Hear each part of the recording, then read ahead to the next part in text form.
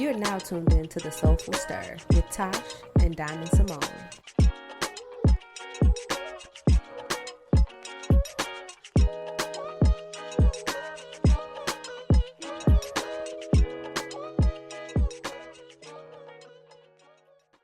Did y'all miss us?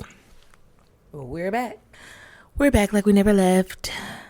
Welcome to another episode of the Soulful Stir. My name is Symoné. And I am Tash. Well, Tash, what's new on your radar?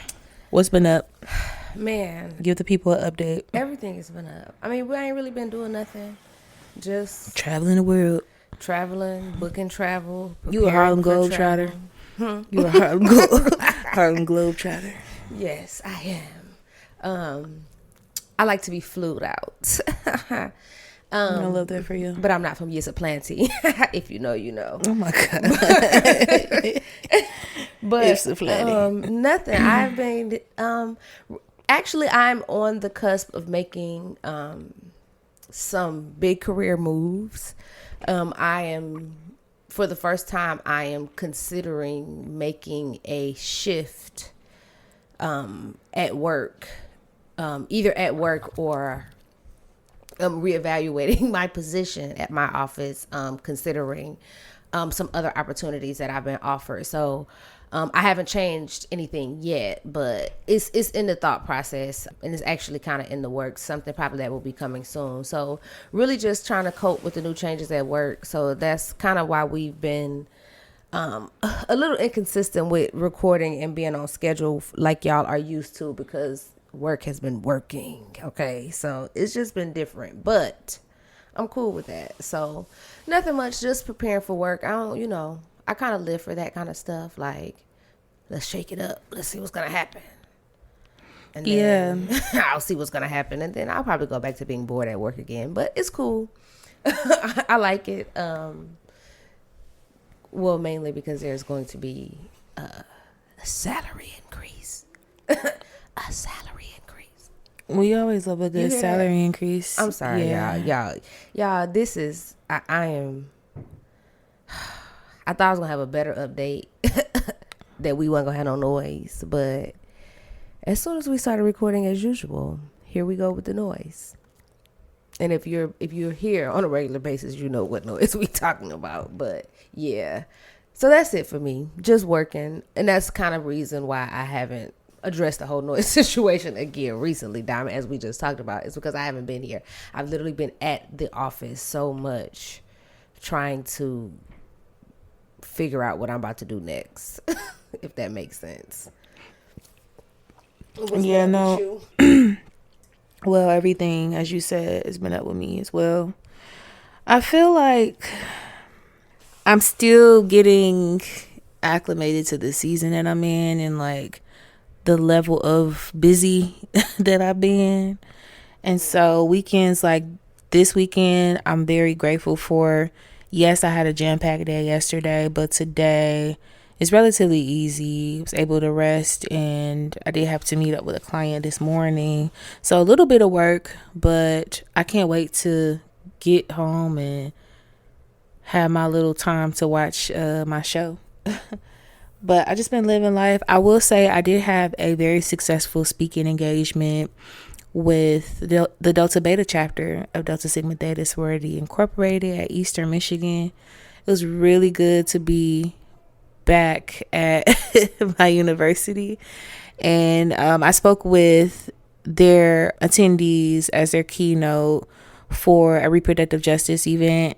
So I had the chance to speak with their attendees about advocacy and what that looks like in the spaces of the medical field, and also specific things that they should look for.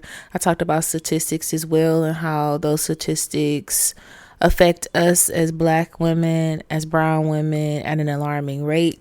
And it was really successful. I was happy to see that so many of them had questions. They had great takeaways from the seminar, and it just felt really good because I put on my list of things to do for this year that I wanted to secure more speaking engagements. And last week, someone reached out to me for another engagement following that event. So that's 2 out of the 3 that I'll have down in the first quarter alone. So I'm excited. Sounds interesting. Sounds good. Yeah. So that's my update. Other than that, just being a doula and doing all the other things that I do on a daily basis, making sure that I'm making time for myself more and more and finding a healthy balance between the work that I do. But I do want to talk about something. It's good to slide on over to Rhythm and Groove and Soundcheck, because this has to do with two pretty popular artists. One that people recognize as the vocal Bible. I don't really know if I would say she's the vocal Bible, me personally. So I'm never gonna discount her vocal skills. No, we can't discount them for sure. I'm not gonna discount that at all. But to Bible though, yeah, I wouldn't put her on a scale of a Whitney or the vocalist. I mean, Whitney's the voice. You know what I'm saying? If she's just the voice, there's no way that Brandy could be the Bible. You know what I'm saying? No. So that's why I'm like, Bible is pushing it, but I think obviously she's tremendously talented, and I love me some Brandy because she makes me think about my childhood and the Black Cinderella, the first Black Cinderella that we saw growing up, Moesha, all these great things. I don't think I've ever seen that Cinderella movie. Really? I mean, I was never into stuff like that as a kid. Like, I was just thinking, so yesterday or one day, just briefly, somebody had posted and was like, I can't wait to show all my kid all the Disney movies I love growing up. And I can literally count on one hand how many Disney movies I ever saw as a child. Like, the first time I ever saw the original Lion King was in 2000. Yesterday. No, literally it was in like 2017. Like, literally. Wow. And that was because I was in law school and I was dating a guy, and the newer Lion King was coming out. They were advertising it. He was so excited about it, and he just kept like, yeah, I can't wait for us to go see it. And I was like, He's like, you don't think it's gonna be? And I was like, I don't know nothing about the Lion King. He was like, what? And I was like, I can name the ones I've watched, and it's probably about 5 and maybe that's it. Like, I was making my son watch stuff like Baby Kids, the Weird. It's like, those were my favorite movies growing up. So I didn't watch Disney movies. House Party. Like, that's the kind of stuff I watched as a kid. I don't know. Like, so I just wasn't into Disney movies. So as an adult, I don't have that nostalgic feeling like when they remake movies and stuff and people be wanting to go see them, because I just never was into it.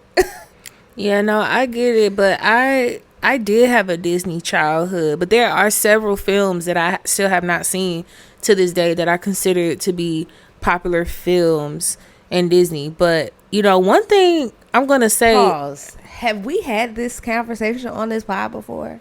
I'm having I don't think so. A weird deja vu. I swear to you, we had an episode where I think we both said this exact thing verbatim. Either we did not, or my mind is like light years ahead in like on several different plateaus right now, which is crazy. I mean, that's not far-fetched though? No, it's not. That's why I'm trying to verify. Like, am I going through a portal, or is this real? Like, somebody correct me if I'm wrong, but I swear we had this, and you said the same thing. Like, you didn't have a Disney childhood.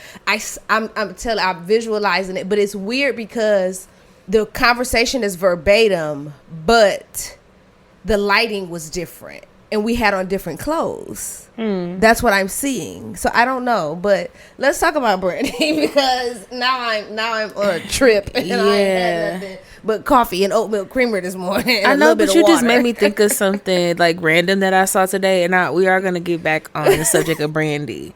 But someone made a post that said, "Why is it that we spend so much time with our smartphones, but when we dream, we never dream of the phone? Like, the phone is never in a dream with us."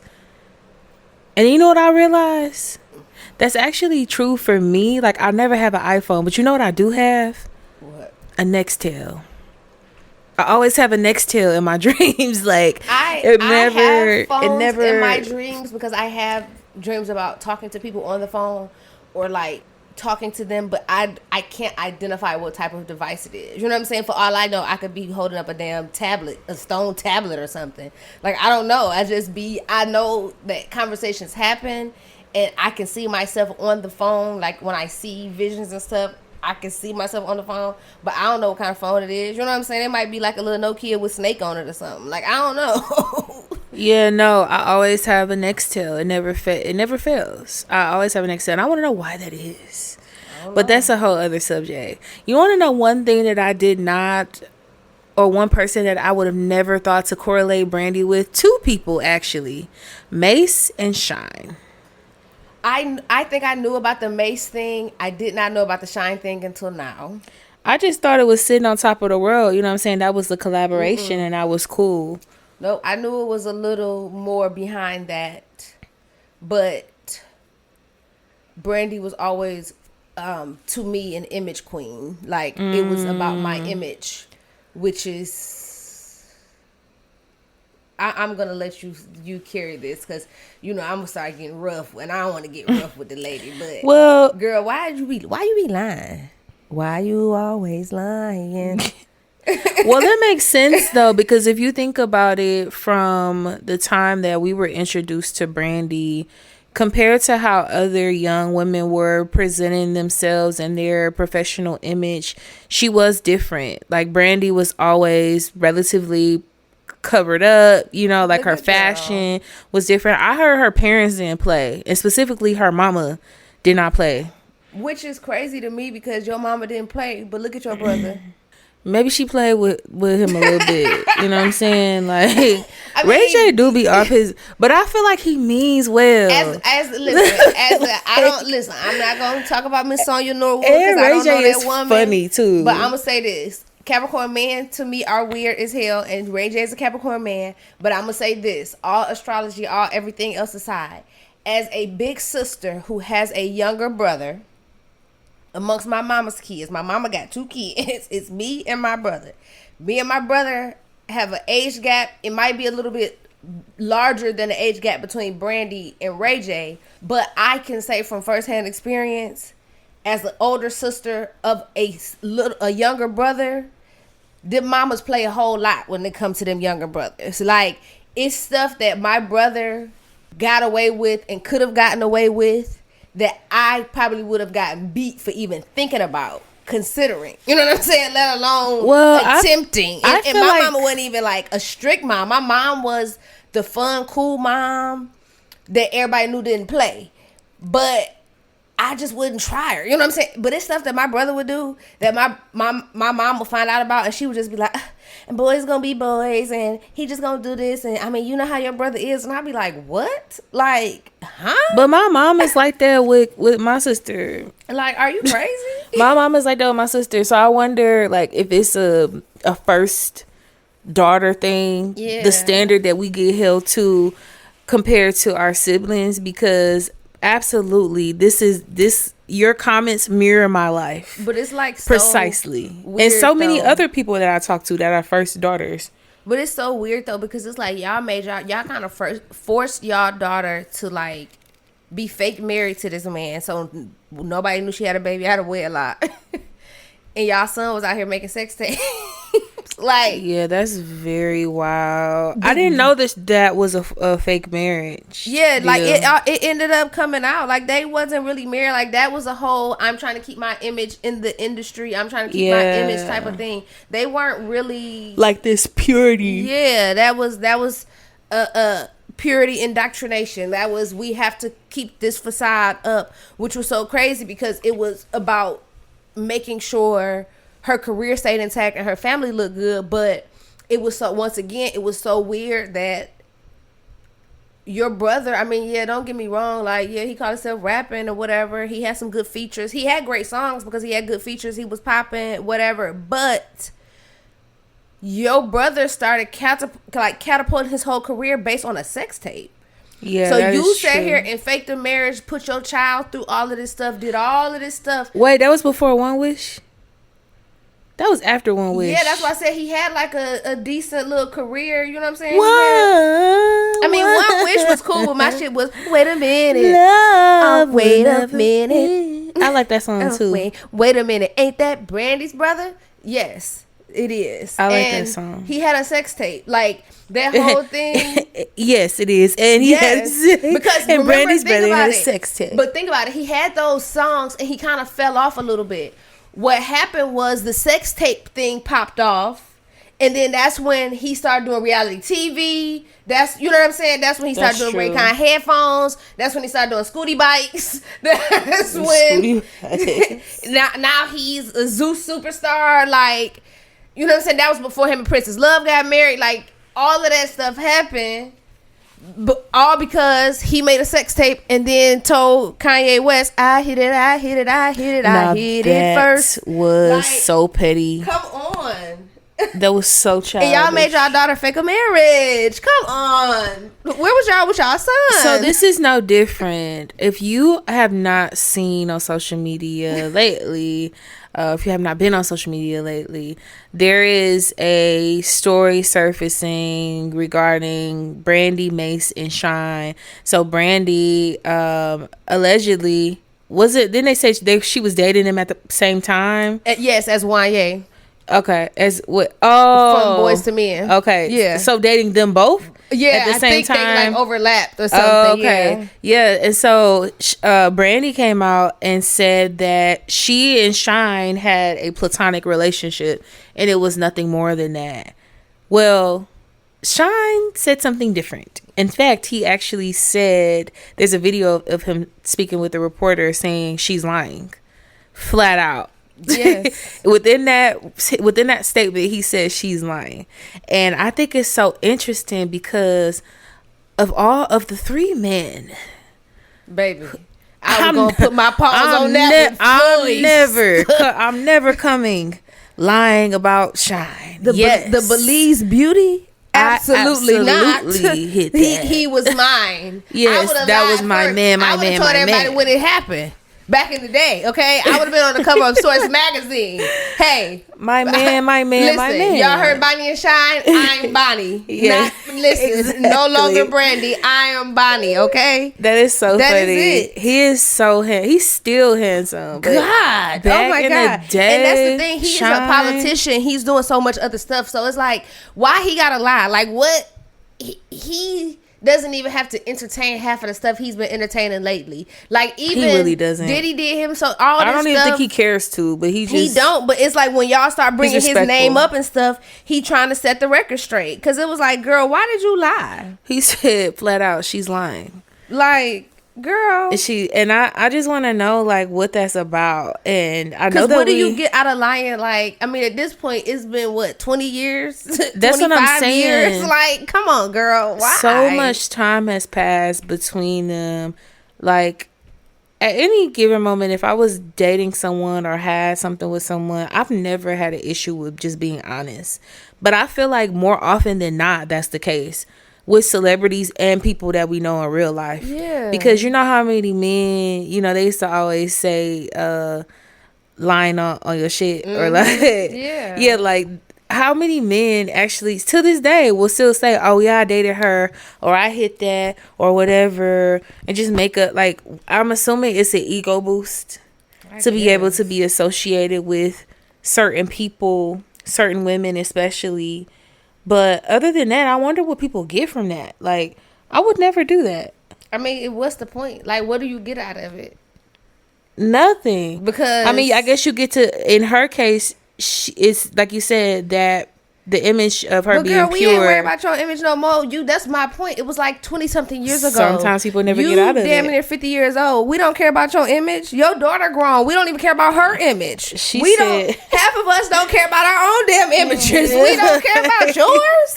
Nobody's thinking about you. Like, girl, we don't care about what you did 20 years ago. If anything, we do want to know. If anything, you should have admitted it, because that would have put your score up a little bit higher. At least for me, I'd have been like, oh, you know what I'm saying? Like not trying to be funny, but I love Monica, always have. But when I found out that she had been with Symoné, she went up a few notches. I was like, oh, you doing it like that? Yeah. Oh, that's you. Okay, cool. I love me some Monica. Listen, they could never make me hate her. Corey Miller though. I love him some too. So that's my point. I love him baby, some too. I love him some too. Listen, him some too. That gave her a few notches on the belt. For me, it was like, oh girl, oh you really pulling them. Like you really carrying some weight around here. Cause yeah, I didn't know that was a thing until we got older. But again, that goes back to our conversation a couple episodes ago when we were talking about celebrities living more private lives back in the day. Like, you really didn't know for sure who was dating who, unless they just came out of the blue and you saw them together hand in hand. Like, you didn't know. It was just speculation. Then one day you start seeing them together photographed. And I think stuff like that stopped surprising people once everybody realized that she had been with Rocco for so long. Like, when everybody in Atlanta, like when everybody found out that she was with Rocco, we was like, oh, okay. Who is Rocco? You a thug. You don't know Rocco? This morning I woke up feeling like money. I jumped up, put on my Gucci's and my hat, got my bag, got my strap, gotta start rolling, start thinking about Jackson's, Grants, and Ben Franklin's. Hold on, what he say? My money, money, money. It's something he said, and they keep calling me back. Rocco. Oh, girl, that's the boy. Rocco is like, how can I put him in Detroit terms? Rocco to Atlanta music is kind of like maybe like a Peasy to Detroit. Okay, you see what I'm saying? Like he a street nigga that everybody know. He hang around, everybody respect him. Everybody know he get money. He rap. You know what I'm saying? Mm-hmm. He was with Monica. That's who her sons is by.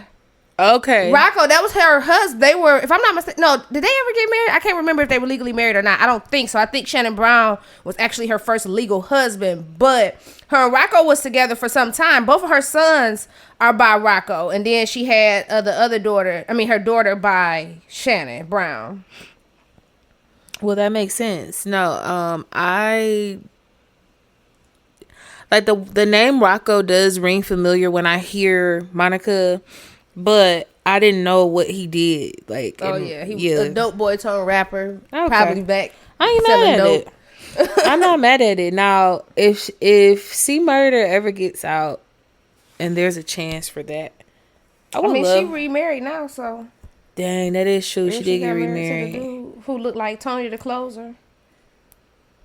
Who was Tony the Closer? Oh my God, that's some social media drama for a whole nother day. But he's supposed to be some real estate dude he's a former football player actually, but he's like a influencer, social media dude that do real estate. But some people say they get scammed by him. You know, some people love him. You know how that go in today's world with, half people. Do you know the girl Nicole Linnell that?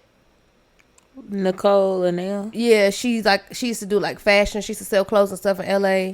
No. She whatever, but probably seen it if I see her. She used to date him, and they used to have like a whole bunch of drama. Like, that's kind of how I start finding out about Tony, because people was posting about their relationship breaking up. But here, this is the picture of Tony. That's how Monica's husband look, if you ever seen him.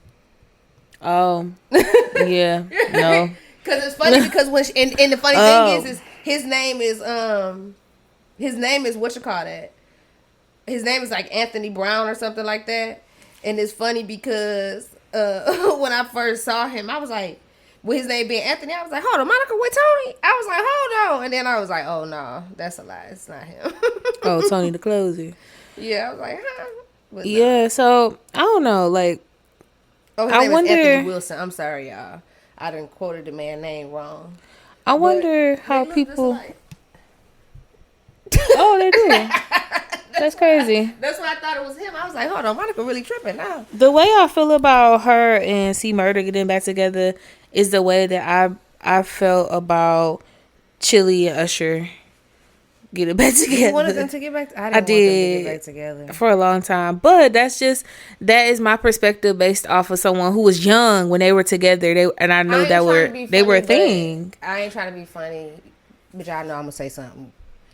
I don't like Tamika Raymond at all, and it ain't just a physical thing. She has never portrayed herself to be a decent person, and so I never wanted him and Chili to get back together because I felt like if that's what he left you for, that's his karma. He need to stay over there and reap his.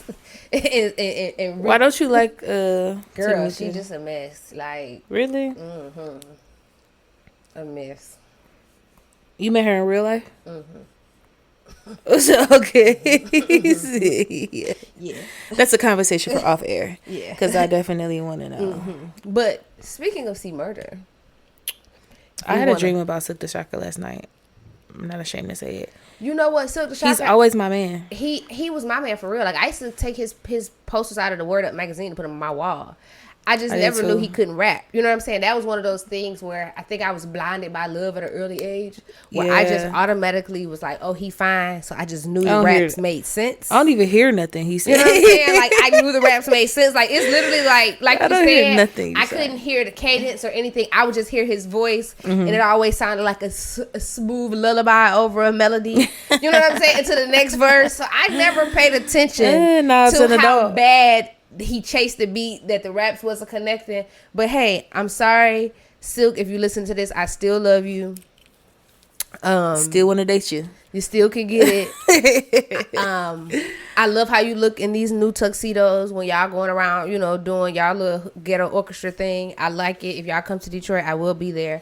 But I do need you to work on the cadence.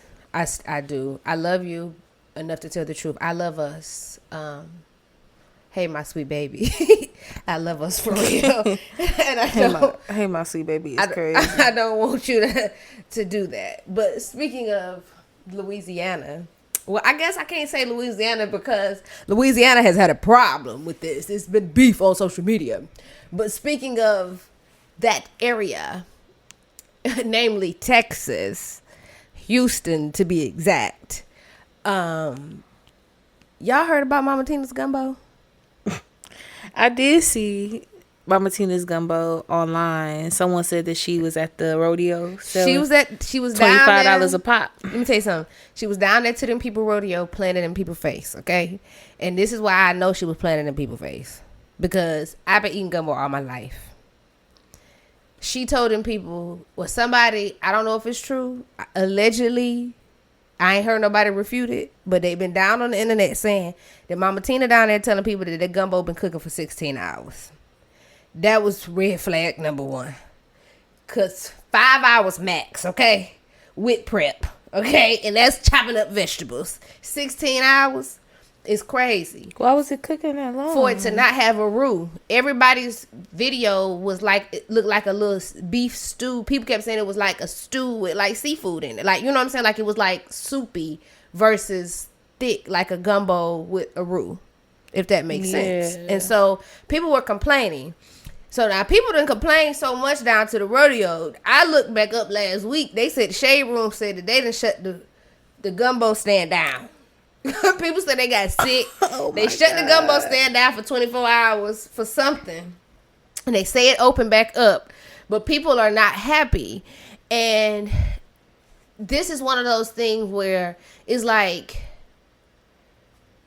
are y'all drinking the Kool-Aid? Because for one, let me back it all the way up. I do know on this show, you and I both let these people know that we both read Matriarch, okay? Now, I forget a lot of stuff, but I remember a whole lot of stuff too. And I vividly remember Mama Tina telling us she don't know how to cook nothing but gumbo, okay? Now, I done told y'all also on this show that just because you make 3 or 4 good chocolate covered strawberries at home for your baby daddy, you do not have to turn it into treats by Tanya. Mama Tina, your gumbo might be a hit with Beyonce, Solange, and them, but the world didn't need it, I don't think. Because I fear that it has caused a ruckus on the internet. Because people are upset that other people, especially people namely from Louisiana, are saying how bad the gumbo is. They're like, there was no roux. You know, the way they're serving it is just not typical of this cultural experience, all this other stuff. And people are like, well, that's the difference. It's y'all from Louisiana. It ain't right. And it's like, people are okay to give their opinion, but it's like people are forgetting the fact that we do have taste buds and we can taste this. Like, people want... we have taste buds and we can taste people this. are upset, and it's kind of like, it's giving fan behavior where it's like, y'all just hating because it's Mama Tina. No, Mama Tina can't cook, and she said it herself in her book. She said the only thing she could cook was a gumbo, and that makes me very fearful. When you say the only thing you can cook is one thing, it makes me scared, because if you don't know how to cook other things, cooking is about being able to improvise and know how to work with palettes and flavors. And if you're only able to cook one thing, that means you're locked in this box. And if something happens, if you don't have the right cookware, if you don't have the right spices, if you don't have the right this, I fear that you don't know how to improvise to make something out of nothing. And that's very key in the kitchen. And Mama done told us once again in her own autobiography that she don't really know her way around that stove too well. And I understand it. You know what I'm saying? You was doing hair. By the time you had a chance to take a break from doing hair, it was only because your daughter was rich and famous and you was helping her with her career. You ain't had time to be cooking and cleaning. I get it, baby. I'm not judging her for that. I'm judging that, once again, like I said on a few episodes ago, when you get this business idea, don't just go around and start taking pictures and throwing up stuff and selling stuff without getting your stuff together. I feel like that's something that could have been something that should have been done on a smaller scale first, like a pop-up at a small restaurant where we serve you, we give y'all 2 or 3 big pots a day, and y'all, ration it out and sell it and see how it go. And then if people like it so much, we'll get featured at a at the rodeo. But to go from your kitchen to the rodeo, I think we put the cart before the horse. You know what I'm saying? And I don't like that, because people are being, instead of just saying I don't like it, people are being extremely negative and vindictive in the comments, and we know that exists. And so I hate that for her, because I hate that they're making it a knock on her personally, which is not. I mean, everybody's taste buds are not the same. I looked at it. I personally probably wouldn't enjoy it because I'm a consistency person, and it just didn't look thick enough for me. But once again, somebody might have liked it and the flavor might have been there. You know what I'm saying? Once again, 2 things can be true at one time. I could think it's nasty. You could think it's good. Because I don't know for the life of me why Motor City Soulful is still open. Everybody that I ever talked to that got red blood running through their veins. Good. Everybody that I talked to your point, that got red blood through their veins, said it is nasty. I don't know who's still buying it, the way they got 3 or 4 locations still open. Maybe it's a cover-up. Maybe it is. But that is my point of... a scheme that ties to it. These things can coexist at the same time. So, while I probably would not have enjoyed the gumbo based on the looks of it, and I probably wouldn't have paid $25 for it, $25 for that little cup. That cup was crazy, and that wasn't even the one with the crabs. That was just the one with, I think, the chicken and shrimp. The one to add the crabs was like $30 or something more, and then it was just like a blue crab. It wasn't, you know what I'm saying? And if you're not from that culture, or if you're not from a seafood eating family or culture, you don't know how to. The average person don't know how to navigate through a blue crab. You know what I'm saying? It's not the same as a regular crab, snow crab, or king crab cluster. So if she is going to do this again, I do wish her the best on her future endeavors. But yeah, y'all can't be mad at people because they say it's nasty. I mean, somebody in the comments, I'm looking at a video, they said, I don't care who mother she is. Exactly. If the food is nasty, it's nasty. Because people like, y'all just saying it because it's Beyonce mama. Like, no, if it's not good, it's not good. Like, I've gone to restaurants. Diddy had Justice open in Atlanta for years. Everybody knew it was nasty. I don't know if I told y'all on the show before, but I'm gonna tell you again. I went to Justin's in high school for the prom. Thought I was doing something. Get to the table, start eating. It's a rubber band in my greens. Like, Justin's was disgusting. Really? And people kept going there because it was Diddy. Nobody was mad when we said it was nasty. People just wanted to go for the experience. Once you went once to Justin's in Atlanta, it was always a parking lot full. You would go, you experienced it once or twice, and then you'd be like, okay, good, I'm straight, I ain't gotta go no more. Like, it's just be experienced. So what was it, like soul food? No, I mean, it was just like a regular restaurant. Like, it had, I mean, it kind of had like soul food stuff, but it had like regular American fare, just basic stuff with a black twist. They had greens and, different stuff. I can't really remember because it was so, I mean, That was over 20 years ago, Diamond, when I went to prom. I don't know. The restaurant closed shortly after that. I know that much. It's been closed for quite a long time. But living in Atlanta for such a long time has taught me that you cannot, I don't care who these people are. If they can't cook or if they can't scout the right chefs, if they don't have the right culinary mind or the right business sense, it's never going to work. Because we see so many pop-up restaurants in Atlanta all the time by celebrities. They get some money, they open a restaurant. Their restaurant be open for 6 months, 7 months, and it close because either the service is really bad or the menu isn't that good. I mean, it's something always wrong with something. Even when you think about and that's why I be saying, like, you can't put the cart before the horse, because what's his name was like that. I can't stand him, so I don't even care about talking about him. But Darius Cooks, or Darius Crooks, as we like to call him, the black dude from social media who was doing, he had a bad rep. Yeah, who was doing all of that shady stuff and hosting them Cook with Darius, them little events. He was literally hosting booking Airbnbs and using them kitchens like commercial kitchens and having a whole bunch of people, imagine being an Airbnb owner and somebody book your thing and you think it's going to be 1 or 2 guests, and you look on your Ring camera or you realize that your stove done been cooking an industrial sized meal and he done hosted 20 random strangers in your house. In there serving liquor without a liquor license, all kinds of stuff. Like, yeah, girl, like, this tickets was including sangrias and all kinds of stuff. Like, it was a mess. But I say all that to say, he was a chef. Everybody loved his videos on Instagram where he was making food and making it. It might look good, but we can't taste it through the screen, y'all. He went and opened a restaurant in Atlanta. Them restaurants didn't stay open long enough for me to change my panties, okay? Didn't nobody care. They went to the restaurants, the service was trash, the food was nasty, and people were not pleased. That's what happened to that restaurant here. Remember the restaurant Culture? La Culture Cafe, yeah. It's all of that stuff.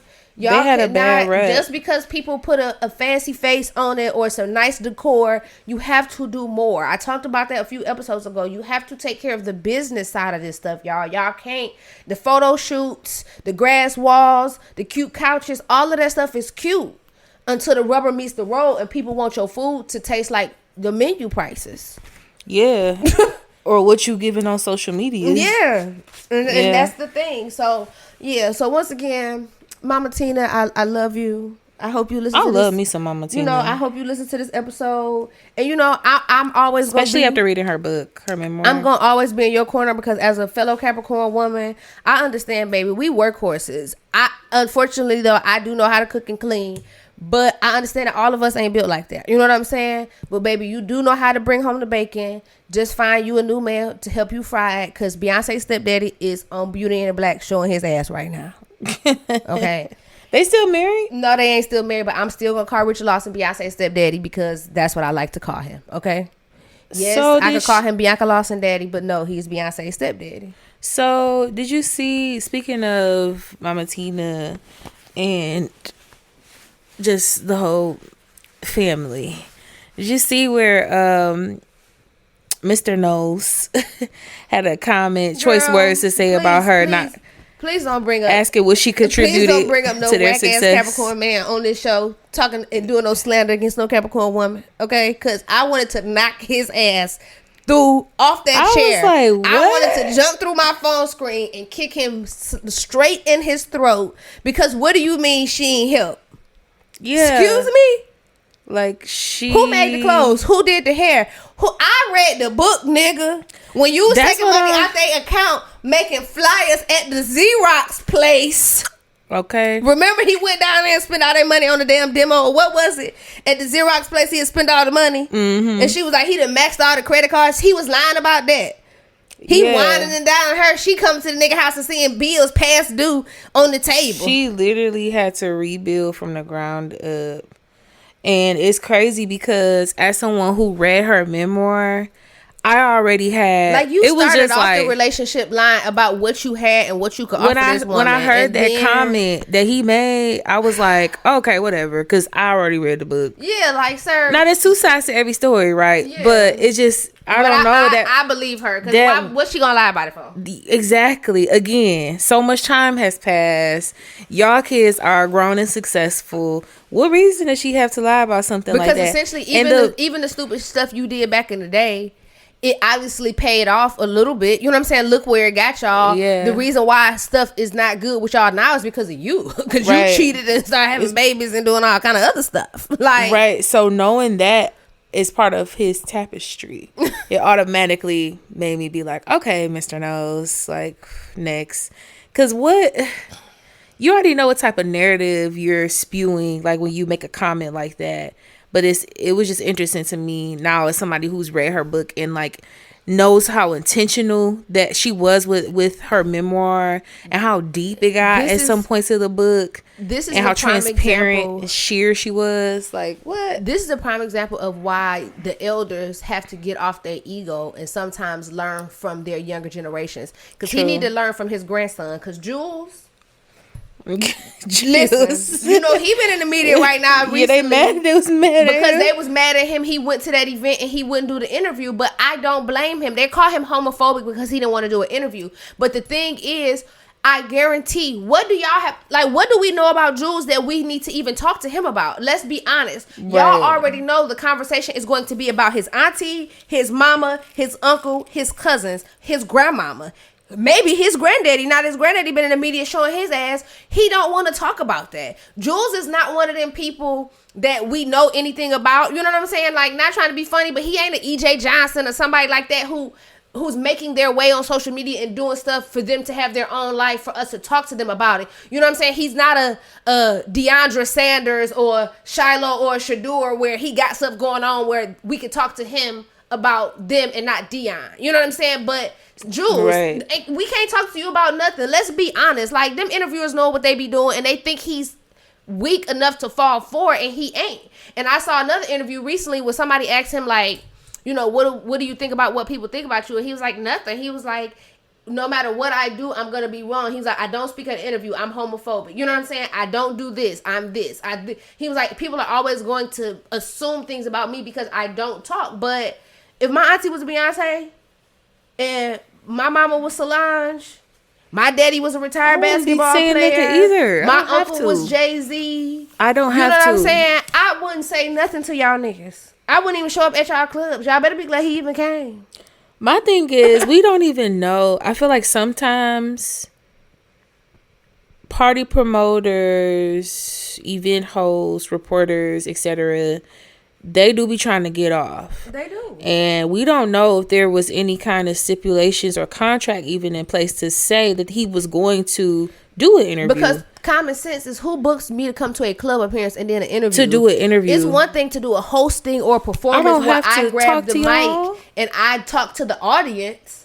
But to sit here and have y'all have a camera in my face and be recording me so y'all could turn around and ask me something stupid. And more than likely, let's be real, then you gotta deal with the unraveling of questions that have nothing to do with him, but that's what I'm saying. Everything to do with his aunt, with his uncle, with his mother. Like, think about it. If they ask questions about Beyonce, even if he doesn't reply and he say no comment, if he say no comment and look at a damn roach crawling on the wall, they gonna say, oh, he looked to the right, that must mean he got beef with Beyonce. You know what I'm saying? Like, they're going to read into his body language. They're going to read into way too much. So he's absolutely right to just be like, no. Because I wouldn't even want to get into the interview to risk y'all asking me the wrong questions. Because soon as I don't reply to it, if I make any kind of slight body movement that y'all fear or that y'all going to read into, y'all are automatically going to think there's some kind of something going on there that I'm not talking about just because my booty itch. You know what I'm saying? Yeah. I'm trying to drive the sweat in between my titties. They're gonna be like, oh, maybe Beyonce have a heart problem. She rubbed her chest on the left side. Like,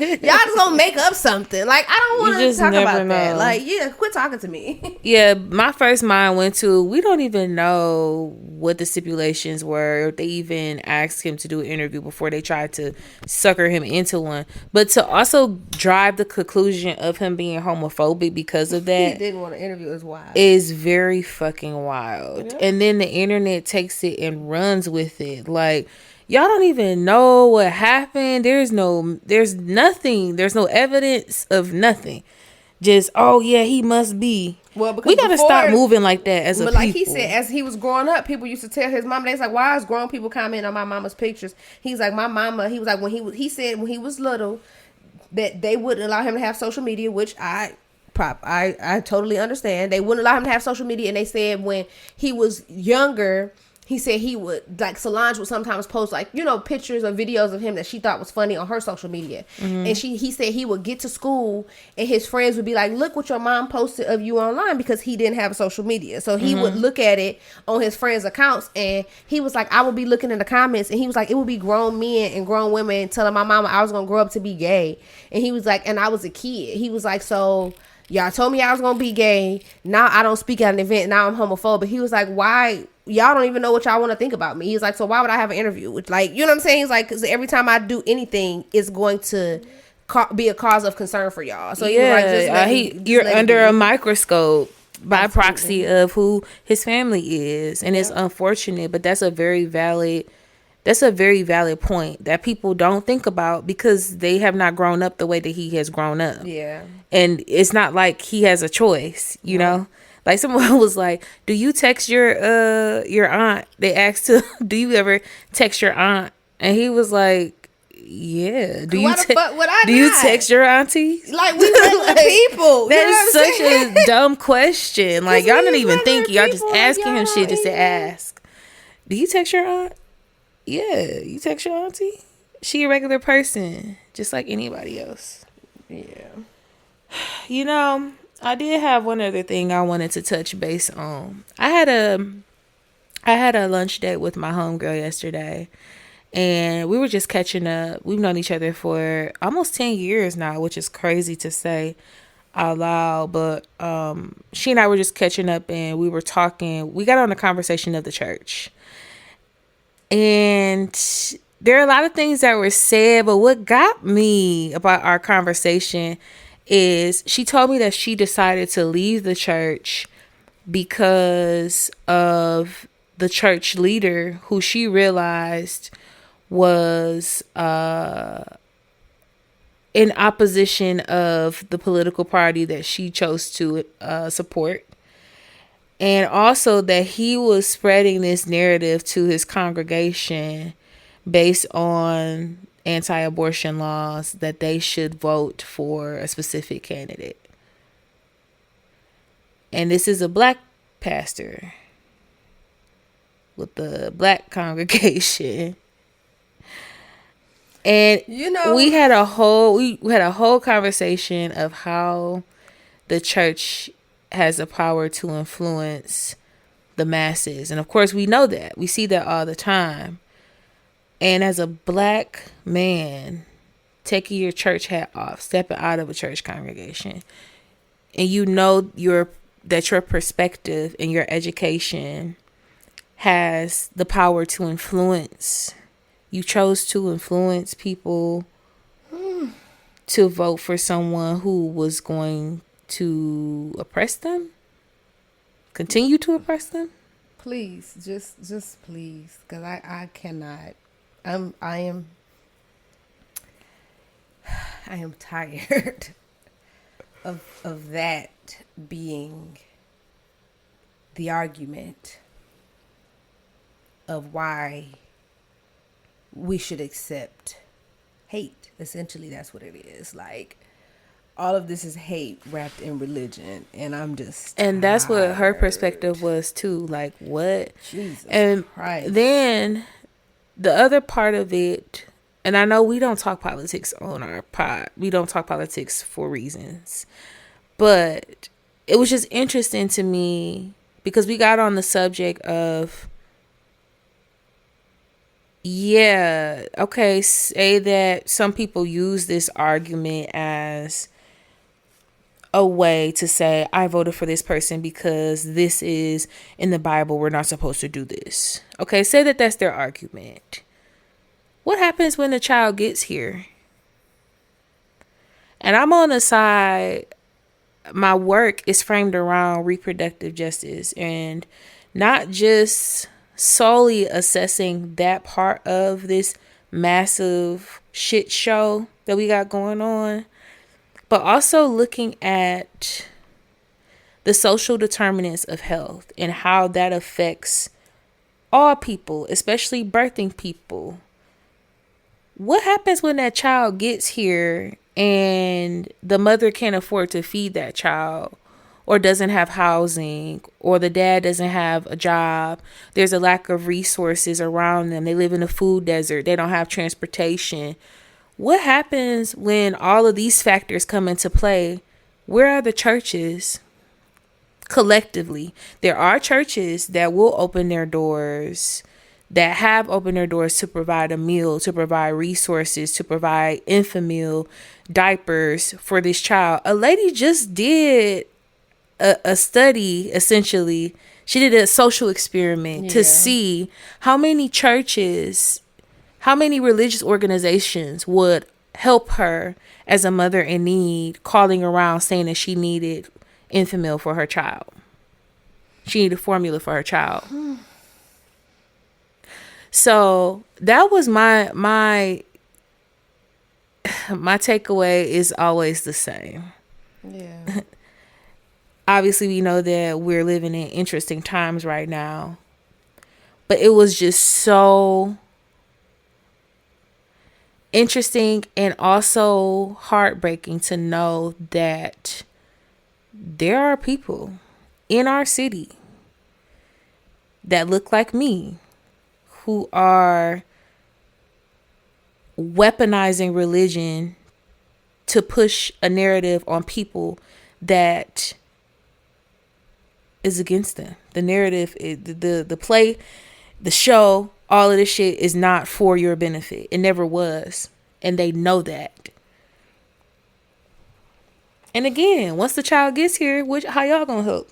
How y'all gonna step up to the plate? Because that baby still gotta be fed. That baby has to be clothed. That baby needs a community, a village to help raise that child. That baby is gonna need morals, all the things, emotional support. We can't do it. We can't get into it because this is what pissed me off. Because the first thing I thought about when you said that was the last year, the year before last. Remember that pastor here and his wife were the teachers, and they had their kids sleeping outside on the porch in the snow. Yep, I remember that. That was on the news. So I'm straight. I'm gonna do what I gotta do, and me and gotta do. We'll talk about it later. Like we'll talk about it when it's our time. I'm not letting nobody tell me what to do. Like I'm not trying to be funny, but if it's supposed to be about relationship, let me talk to God about it. It's my life. I need to talk to him about it. I don't want you to tell me what he told you I should do. Let him tell me. It's not for you. Let him tell me, and I do what I'm supposed to do based on what he say. I'm not listening to you because no. Especially when we're having this conversation and there's any lean towards politics, or any of the such. Because I agree. Politics, and I'm going to say this, and it's going to sound crass, but the issue is politics and pussy don't mix. And I mean that in more than one way, because it's not just you can't tell me what to do with mine, but it's when these white politicians and evangelicals and all of that stuff, when they get caught up in some, that's when some problems start to arise.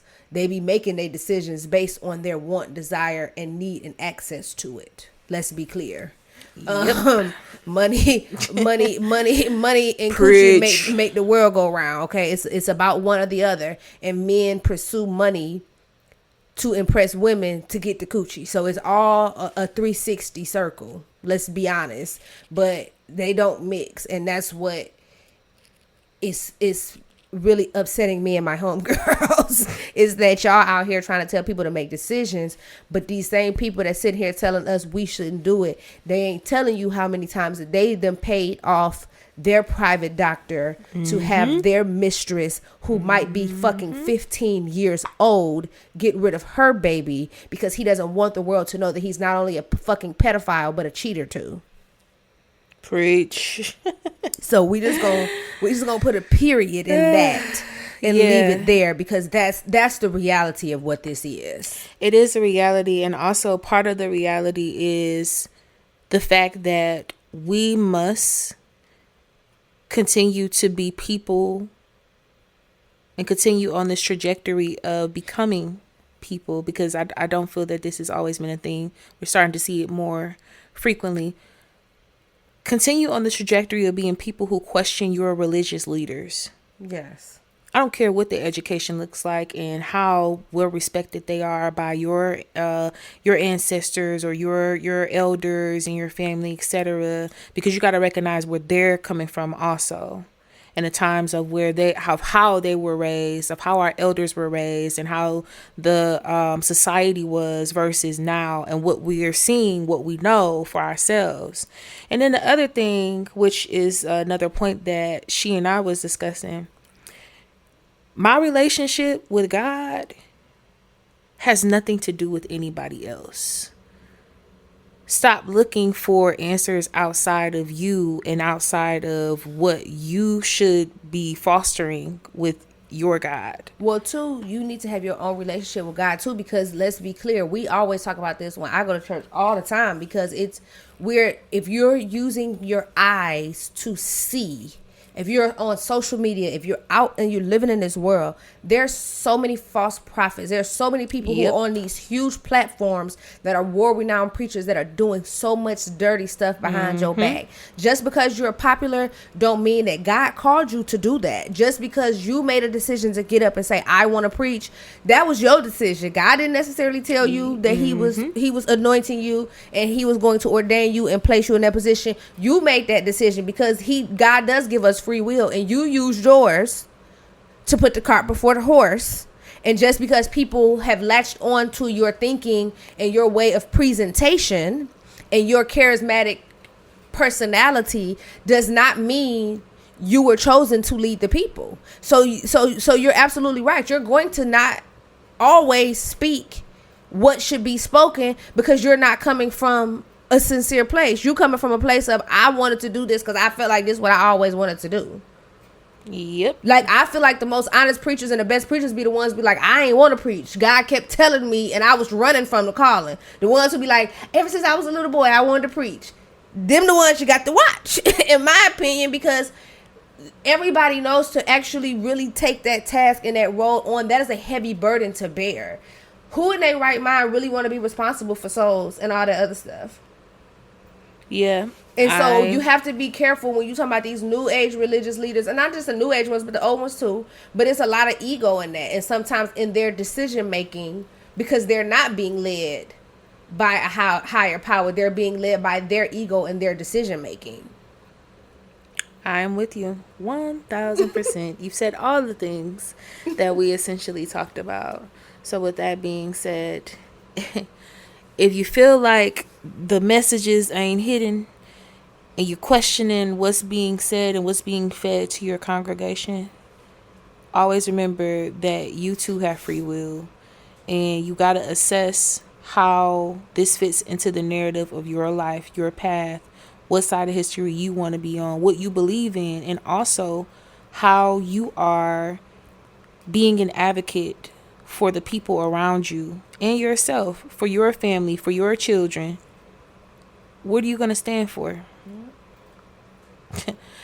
Sometimes you can't stand beside your religious leaders no more. Nope.